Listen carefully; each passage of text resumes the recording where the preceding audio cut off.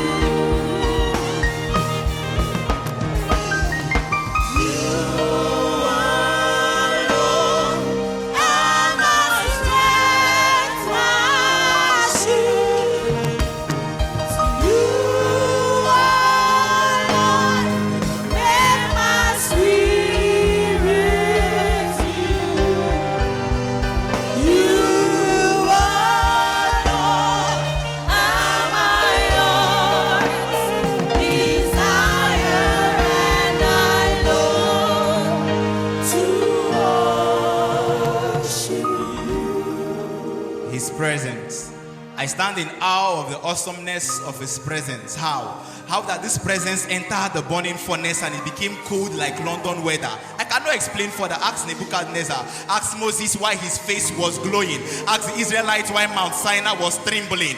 Ask the priests why they trembled when Solomon dedicated the temple. Ask the apostles why they spoke in unknown tongues after the upper room. Ask Peter where he got the boldness to preach and 3,000 souls were saved. The same person that denied Jesus 3 times. See, His presence is not a noun.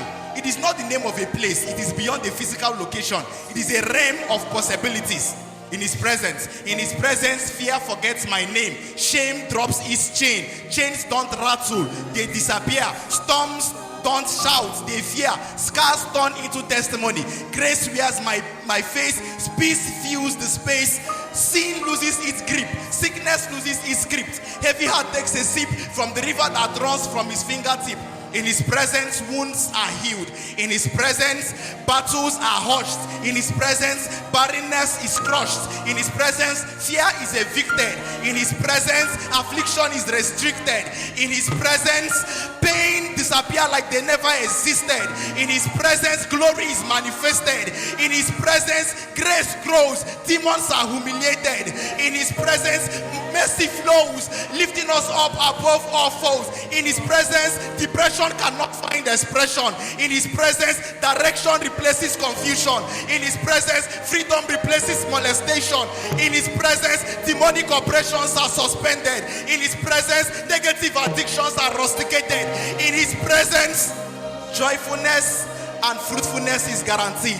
And in his presence, there is no condemnation.